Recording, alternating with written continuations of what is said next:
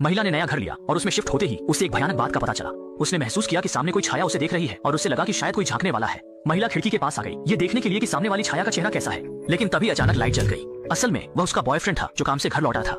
महिला ने यह देखा और इस बात को लेकर ज्यादा परेशान नहीं हुई, लेकिन रात के समय नए घर में शिफ्ट हुई महिला को नींद नहीं आ रही थी, इसलिए वह उठकर खिड़की से बाहर देखने लगी। लेकिन उसकी उम्मीद के उलट सामने वाली छाया अब भी लगातार उसे घूर रही थी और वह तुरंत ही सिहर उठी। जब वह सोच रही थी कि सामने कोई बड़ा मॉडल है, तभी उसका बॉयफ्रेंड उसे जल्दी सोने के लिए कहता है। अपने बॉयफ्रेंड को सुबह जल्दी उठकर काम पर जाना था, इसलिए महिला ने बिना कुछ कहे बिस्तर पर जाने का फैसला किया। अगले दिन महिला टीवी देख रही थी, तभी टीवी पर एक हत्या का मामला दिखाया गया। घटनास्थल वही इमारत थी जो सामने थी। रिपोर्ट में बताया गया कि पीड़िता एक युवा महिला थी जिसे हत्यारे ने बेरहमी से सिर काट दिया था। पीड़िता की उम्र खुद से मिलती जुलती देखकर और पिछली रात की उस विकृत छाया को याद करके महिला तुरंत ही चिंता में पड़ गई। उसने अपने बॉयफ्रेंड को बताया कि उसे छाया द्वारा देखा जा रहा है और सामने वाली खिड़की की ओर इशारा किया। लेकिन दिन के समय सामने की खिड़की पर पर्दे लगे थे और बॉयफ्रेंड ने सोचा कि वह ज्यादा सोच रही है और उसे ज्यादा संवेदनशील न होने की सलाह दी। बॉयफ्रेंड की सलाह सुनकर महिला को भी लगा कि शायद वह ज्यादा संवेदनशील हो रही है। लेकिन अगले दिन जब महिला बाहर खरीदारी कर रही थी, उसे लगा कि कोई उसका पीछा कर रहा है। जब उसने पीछे मुड़कर देखने की कोशिश की तो पीछे वाला व्यक्ति तेजी से आगे बढ़ गया, लेकिन वह सिर्फ गुजर रहा था। इन घटनाओं के बाद महिला ने अपने डर को शांत करने के लिए सिनेमा जाने का फैसला किया, लेकिन अभी उसने आधी ही फिल्म देखी थी कि उसने महसूस किया कि कोई आकर उसके पीछे बैठ गया है, जबकि आसपास बहुत सारी खाली सीटें थीं। फिर भी वह उसके पीछे क्यों बैठा था? वह बिल्कुल भी पीछे मुड़ने की हिम्मत नहीं कर पाई, बस उसने एक झलक उसके जूतों पर डाली। जब उसे लगा कि पीछे वाला व्यक्ति धीरे धीरे उसके करीब आ रहा है, तो महिला इस दबाव भरे माहौल को सहन नहीं कर पाई और तेजी से सिनेमा से बाहर निकल गई। वह मुड़कर एक भीड़भाड़ वाले सुपरमार्केट में पहुंच गई और जब उसने आसपास लोगों की आवाज में खरीदारी कर रहा हो, बॉयफ्रेंड को इस पूरी घटना को तर्कसंगत बनाते देख महिला पूरी तरह से टूट गई।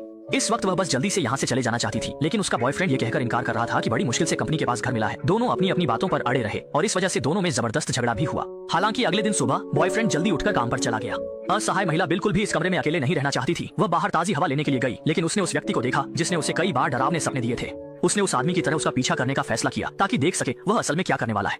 लेकिन पूरे दिन उसका पीछा करने के बाद उसने पाया कि आदमी केवल कबूतरों को खिला रहा था और घूम रहा था।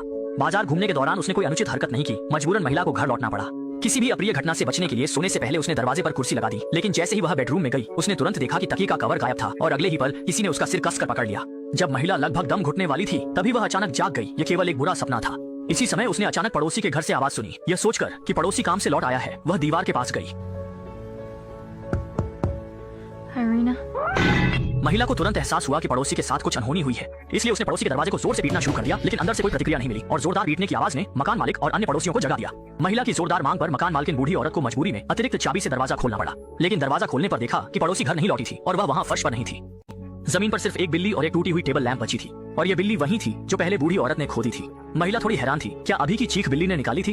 और उसकी छोटी सी बात को बड़ा बनाने की हरकत ने आसपास के पड़ोसियों की नाराजगी को बुला लिया। मकान मालिक ने तो बॉयफ्रेंड से शिकायत भी कर दी। इसके कारण आदमी अपनी गर्लफ्रेंड पर और भी कम विश्वास करने लगा, लेकिन महिला को अब कोई परवाह नहीं थी। वैसे भी बॉयफ्रेंड को कभी उसकी भावनाओं की परवाह नहीं थी। इसी बीच उसने यह भी देखा कि पिछली रात पड़ोसी पूरी रात घर पाती। जब वह फिर से विकृत व्यक्ति ने पहले से ही उसकी गर्दन पर चाकू रख दिया था और इस समय उसका बॉयफ्रेंड भी घर वापस आ गया था।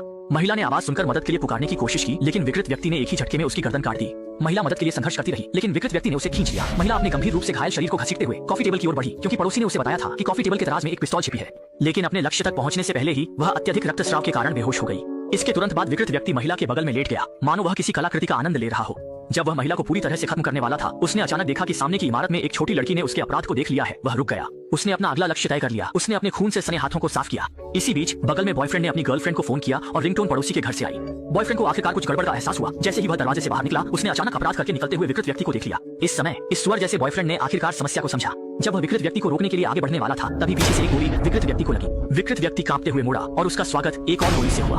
आखिरकार इस बहुत सारे अपराध करने वाले विकृत व्यक्ति को कानून के हवाले कर दिया गया और उसका फैसला करने वाली पीछे खड़ी महिला थी। दरअसल उसने अपनी बची हुई ताकत का इस्तेमाल करके पड़ोसी की कॉफी टेबल तक पहुंचकर पिस्तौल प्राप्त कर ली थी। सुअर जैसा बॉयफ्रेंड इस दृश्य से डरकर वहीं खड़ा रह गया, जबकि महिला इस समय बेहद शांत थी। उसने आखिरकार अपने दिल के इस बुरे सपने को खत्म कर दिया था।